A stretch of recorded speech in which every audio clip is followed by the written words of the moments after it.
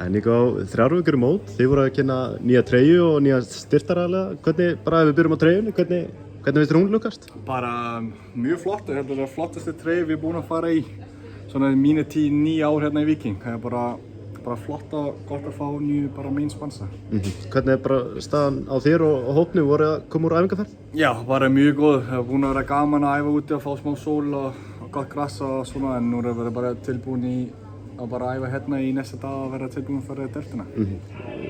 Rúmar 3 vikur í fyrsta leik sem er gegn Breiðabliki, svona er mikil spenna í hóp? Jó, ógeðslega spennandi. Það er alltaf gaman að spila Breiðablik og fyrstu leikin og opnungsleikin hérna í Viking vera bara fyllt að stúka með bestu stuðningsmennina á Íslandi og hjálpa okkur með að vinna blika. Bara ef við fyrir svona yfir markmiðin kannski Víkings, það er augljóst, þið viljið vinna bestu deildina aftur, en það er erfitt að verja titilinn, hefur ristað. Hvernig ætlið þið að fara að því?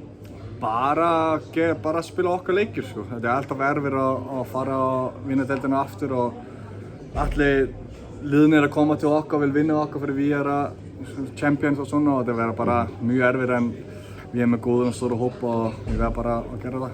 Ert þú persónulega með eitthvað markmið fyrir tímabilið? Já, ég vil bara vera, hvað segir maður, toppskóra. Ég vil skora flest mörk í deildina og auðvitað bara að vinna deildina aftur.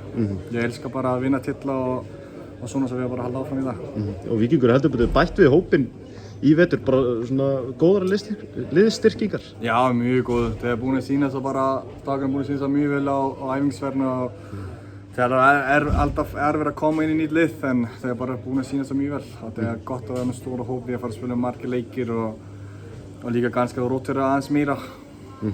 2 sigurvegarar samt lögðu skóna á hillina, ekki Pablo Punet, en Pablo Punet og Matti Villa farnir svona mikið missir á þeim? Já, bara 100% sko, bara Matti og Pablo var bara góð fyrir liðinu, góð í kleifin og bara erfitt fyrir að missa svona, en sami tíma vera bara hvað segir maður, other people to step up og þeir vera bara að gera það.